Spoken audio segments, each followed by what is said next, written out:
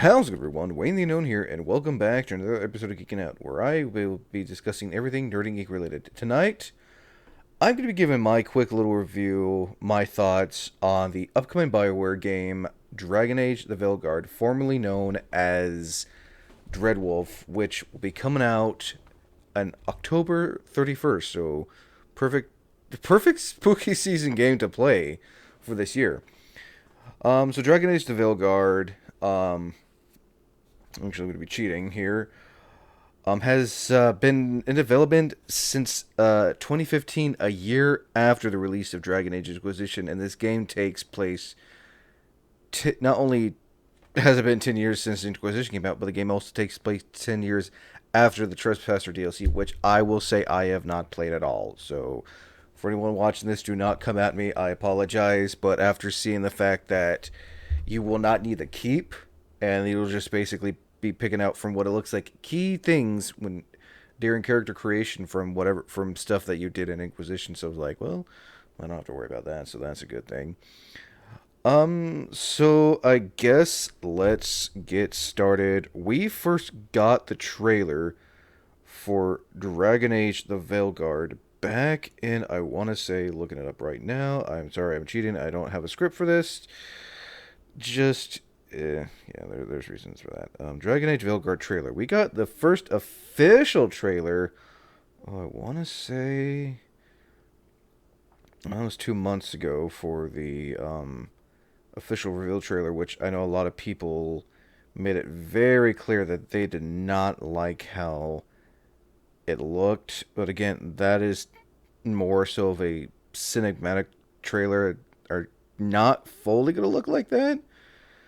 Which, even if they do, in my personal opinion, I don't think that's really an issue as long as the game is good and it plays well. I'm not really all that, you know, upset about it. To each their own. When it comes to the trailer, I think the first trailer, again, I'm looking at. Yeah, it came out, official reveal trailer came out 2 months ago. I know there's like pictures and everything of some earlier stuff that was shown for it, which didn't look bad. And again, that's when it was originally called the Dread Wolf, but now it's the Veil Garden, where you're basically stopping the return of the Elven gods, if I'm not mistaken. But it looks like we'll be returning to the world of Thetis, but this time the game will take place in Tevinter, with different areas, which again were shown during the trailer, and I'm looking forward to. I think one of the places mentioned was priorly mentioned in Dragon Age 2 by Isabella. I cannot remember the name of it, but oh yeah, Ravane was was one of it, or as she was called. Yeah. Anyway, I'll probably be cutting that out here. So I guess the first thing I officially want to talk about is the gameplay. Once more is revealed, I'll most likely we'll be talking about more of this when the game comes out, when I do a first hour playthrough of it. But the gameplay has slightly changed from what I've seen. It is not like the previous games where, I mean, kind of, but this time, instead of being able to control your companions like you were in the previous games, they have gone the ways of Mass Effect when it comes to your companions. Instead of controlling your companions, switch pressing a button like, okay, I want to control this one, I want to control that one. This time it is, you're telling them what to do basically this time. So you'll pull up your command wheel and say, hey, I want you over here, I want you over here, I want you to attack that enemy specifically. Just like in the Mass Effect games, which I know it's not everyone's cup of tea, and I've especially seen a lot of complaint about that online, which, I get. You're used to something for so long that the fact that this is something new now is like, oh, I can't control my companions anymore. I can only control, tell them what to do and where to go. It's like, I get it. It's not everyone's cup of tea, and It's gonna be interesting, but I feel like if you've played the Mass Effect games, you'll have a better idea, and I think be able to pick up quickly on it. If not, if you've never played the Mass Effect games, it may be a little different, which I get, you know. Let's see here. What's another thing I want to discuss about? Oh yes, the characters. I want to talk about the characters from in this new upcoming game.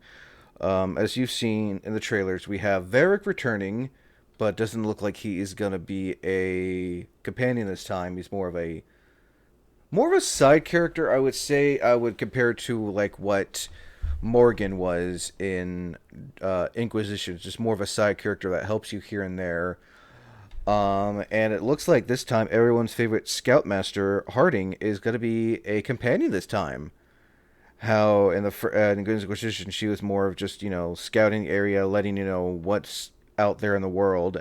She will be a companion, which not gonna lie, very awfully tempting to romance her because you were able to light flirt with her in the game. But yes, let us talk about. So I'm going to be going in order here, starting off with Darvin, who is a elf warrior. Affiliation is Grey Wardens and Dalish, voiced by Ike Amadi. I'm sorry if I butchered that. But Darvin is a Grey Warden and a companion in the upcoming Dragon Age Veilguard. He is accompanied by a young griffin named Asan. So the fact that we may get to see not only him fight along with us, but with his griffin as well, I think it's going to be, honestly, I mean, let's see if I can. I don't think I can find his. No, I can't find a picture. I'm gonna look it up. But yeah, he is a Dalish Grey Warden elf warrior. Appearances were Dragon Age, the Veilguard, and the what looks like a book which is coming out called Dragon Age: Vows and Vengeance. It's a podcast that recently came out. That's right, because they're releasing like a prequel in a sense, I think, from what it looks like. Our next one is Tosh, which honestly, I think this is the third time we will now have another Qunari companion. First was Sten in Origins, then Iron Bull, and now Tosh, which is our first female Qunari companion, which I don't think we've ever had before, unless you count creating a female Qunari in Inquisition. But she is a Qunari warrior, and affiliation is Lords of Fortune, which are the many factions that you can be a part of, aside from class, which, I think is pretty cool. She's voiced by Jin Meili, not yet released in Dragon Age Vows and Vengeance, which is the podcast, and then Veilguard. Tosh is a dragon hunter affiliated with the Lords of Fortune and a companion in Dragon Age the Veilguard. So that's going to be pretty cool to see. I'm kind of curious on how she does and also what it'll be like when she's fighting dragons. I'm curious if she'll have any like special dialogue depending on who you bring with you fighting, where and who and why and how. Now into the rogues, we got Lace Harding, which I didn't know that was her name. I just know her as Scoutmaster Harding from Inquisition. When every time he went to a new place in either Orlais or Ferelden, she was there. Yes, he's a League Scout Lieutenant, Dwarf, class is Rogue, cast no cast, affiliation is Inquisition. Oh yeah, she was in a lot of stuff in that game. Voiced by Ali Hillis, appearances in Dragon Age, Inquisition, Jaws of Hacking DLC, Trespasser DLC. She was also in the books Mage Killer and The Missing, and she will also be in the Vows and Vengeance podcast that'll be coming up. Lace Harding is a scout for the Inquisition and a companion in the upcoming Dragon Age the Veilguard. Little background on her. Harding was born in the Ferelden hinterlands, just outside Redcliffe, to a seamstress mother and a trader father. According to her father, his bloodline can be traced to a merchant caste family back in Orzammar. However, no merchant house carries the name in order to confirm this claim, though her mother named her Lace in the hopes that her daughter would be as pretty and delicate. Well, pretty is right. Delicate, I wouldn't know. I wouldn't know that. Harding quickly proved herself strong and an active child. She helped her elderly neighbor tend to her sheep, which allowed her to explore the hills of the hinterlands at length. Thank God. Speaking of, I'm so glad we are not. It's not an open world anymore. As I get it, it was a thing for the time. Andromeda was doing it, all because of The Witcher was doing it. But if I'm gonna be honest, I'm so glad they were not bringing back open world. I'm glad they're bringing it back to the style of Origins, where it's more of a. It's not fully open world. It's not closed. It's semi-open, where you can you can go forward and go backwards, side to side, and oh hey, there's this one thing over here I wanted to get. I can just be there 2 minutes instead of 30 minutes on foot, or however. But yeah, back to Harding. When the Inquisition first began to build a President Radcliffe, Harding volunteered to guide the newly arriving Inquisition forces. Eventually impressed by Harding's skill, Officer Charter recruited Harding to serve as a member of the organization. She quickly became indispensable to the Inquisition thanks to her cunning, daring, and positive outlook. So, oh yeah, there's a lot more talking about when she's in the Jaws of Hacken DLC and the Trespasser. I only played the other one where you're going into the Deep Roads. I cannot remember the name of it. I'll put it up on here. Let's see here. So we just got done seeing Harding. The next rogue is going to be, and I'm sorry for pronouncing this, Lucanus or Lucanus Delamorte. He's a master assassin, rogue, specialization assassin, and part of the Antivan Crows, which, oh god, what was his name? He was also an Antivan Crow. Zevran from Dragon Age Origins. Probably one of my favorite rogue characters, so it'll be nice to have another Antivan Crow beside you. This time, yeah, family is Catalina Del Morte, Elerio Del Morte, and honestly, looks like a fantasy version of John Wick. I wish I was kidding, but I'm not. He was first introduced in the Defender Knights. He was mentioned in the Wake, and also will be part of the Vows and Vengeance podcast.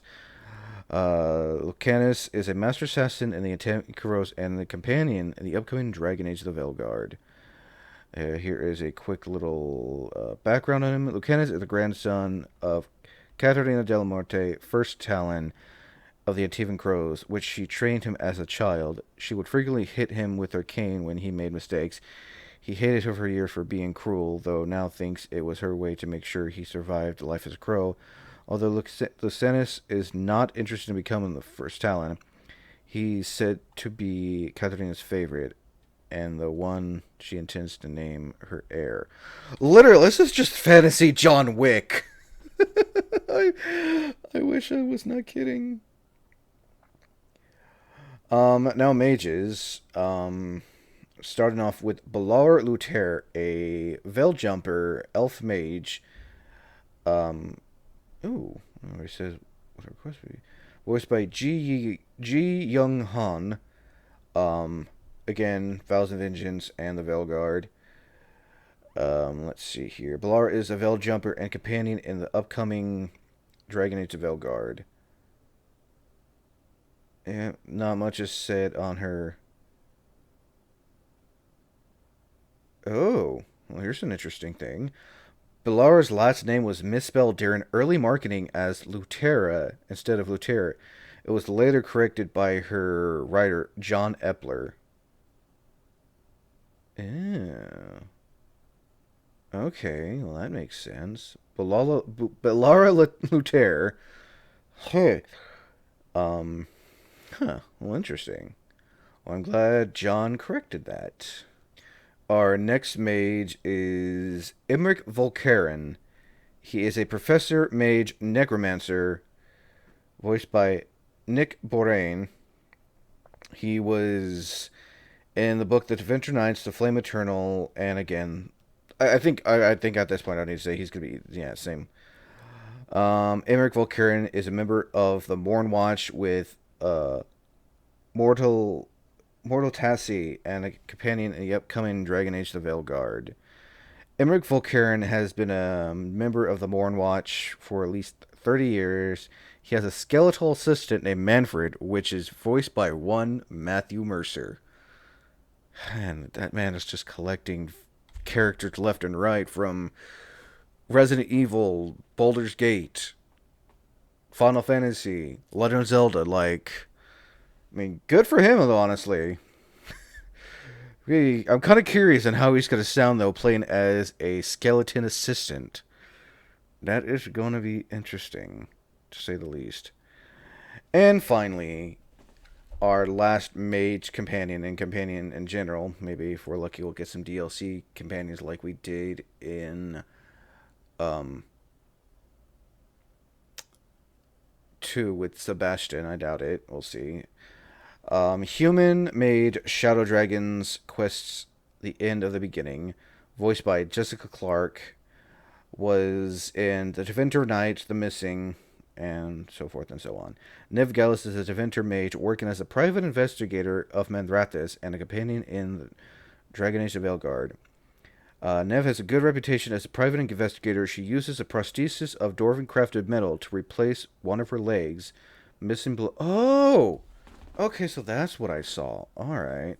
Well, that is with the companions we get to see. Also, if you saw the trailer, that was not this recent one with more of a combat gameplay, but the one prior to that where it showed more of the story. We get to see the return of everyone's favorite Witch of the Wild, Morgan, which I'm happy she's back. And it looks like she almost resembles her mother, especially with the headpiece she's wearing. Voiced by the same person, which I am so glad that, they decided to keep on her voice actor. So I can't wait to see what part she plays in this game. I hope they don't kill her off because that'd be kind of a dick move, BioWare. Just saying. Let's see here. So, talked a little bit about the combat on how, um, yeah. Another thing I saw during that game, that get footage is where you can add runes, for many different things. I'm sorry, I'm just probably just get a show footage of what it explains. Pinning on your weapons, armor, different attacks, different things. One thing I do want to talk about real quick is the skill tree. It is much way different from previous games. This time, instead of how it has the tree like this and the skills like this and just goes further down so you can lock more and more and more and select them. This time, the skill tree resembles that of the sphere grid from Final Fantasy X. Now, if you're familiar with the sphere grid in Final Fantasy X, it is all over the place. And depending on how many skill points you have, the specific type of skill points, you can, for this, for health, for that, for magic, for this skill, that skill. I don't know, honestly, if that's going to be for all the characters or just yours. When we see more, we'll find out. I also do like the fact how they also showed what the companion selection looks like. It kind of resembles Dragon Age Origins, where you can actually see the full character, and when you select them, they'll do like some kind of, little emotion thing, not like how with just a picture or the cards, which I think is kind of cool in a way because, if you like you have if you have them wearing specific armor, it will show them what they look like. Let's see. Another thing is this game has its own base of operations called the Lighthouse. And from what I've seen, I could be wrong. It looks like you can also use the lighthouse to travel to different places around Teventer, which I'm looking forward to. I think it'll be pretty cool and exciting. Let's see here. Again, apologize if I'm all over the place. This is just a quick little giving my thoughts. When the game fully releases, I will be doing a full on hour review. First hour review for better insight. It'll be much better than this. I'm personally looking forward to it. Again, I know from what I've seen online, this is not everyone's cup of tea. Some people, again, like I mentioned, don't like the fact that the companion control is more of Mass Effect. I think over time, some people may like it, some people don't. Again, you are entitled to your own opinion when it comes to this game or any other game made. You know, if you like it, you like it. If you don't, you don't. And there's nothing wrong with that, in my opinion. Personally, I'm looking forward to it. It's been 10 years since the release of the game, and as mentioned, I think BioWare kind of did that a little clever, where no, yeah, 10 years because they started in 2015. It'll be nice to see everyone's favorite Egg Boy again. I don't know what part he will also play. And I'll mention the two gods that he tries to stop that your character somehow inadvertently fucks up. It's like, you did this, you have to fix it now. Also, here's the blade that I was using to stop them. You have to put them back. Oh yeah, I will also say that during the gameplay, looking at some returning enemies, and like, oh crap, I recognize that. And the Darkspawn, from what I've seen in this recent footage that they showed, because they're gonna be showing a lot more. I think they're going to be showing one more next month, by the looks of it, because by the time we'll have like, you know, let like a month and something days, because this does come out on October 31st, and I'm sure there's also going to be a you can already pre-order it, because it also, yeah, I'm going over the place. But yeah, you can pre-order it, and also with the pre-order, you do get some armor from what I've seen. There's the Blood Dragon armor, and I think Rook armor for your other companions as well. I'm also kind of curious and want to see what more armors look like, and I'm kind of curious what the shops will be like too. Because, if there's one thing I like about Dragon Age is making my character have badass armor, and I'm kind of hoping they bring back the different types of like armor you can make, like in Inquisition. But again, we'll see. Um, Back to the enemies. The Darkspawn are back, and they look so different compared to what they look like in the first and second game.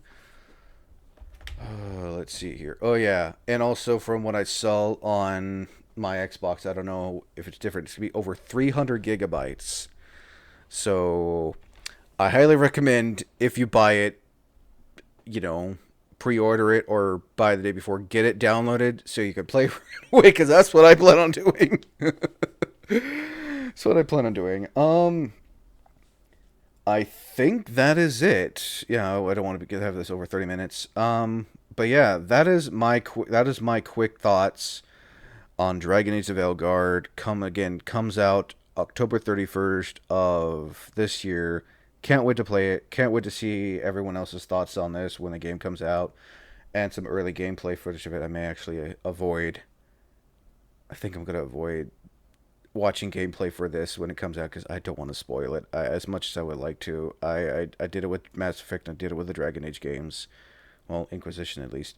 But yeah, I think that should do it. Again, sorry for the random pauses and the fast speaking. I wanted to get this out quick.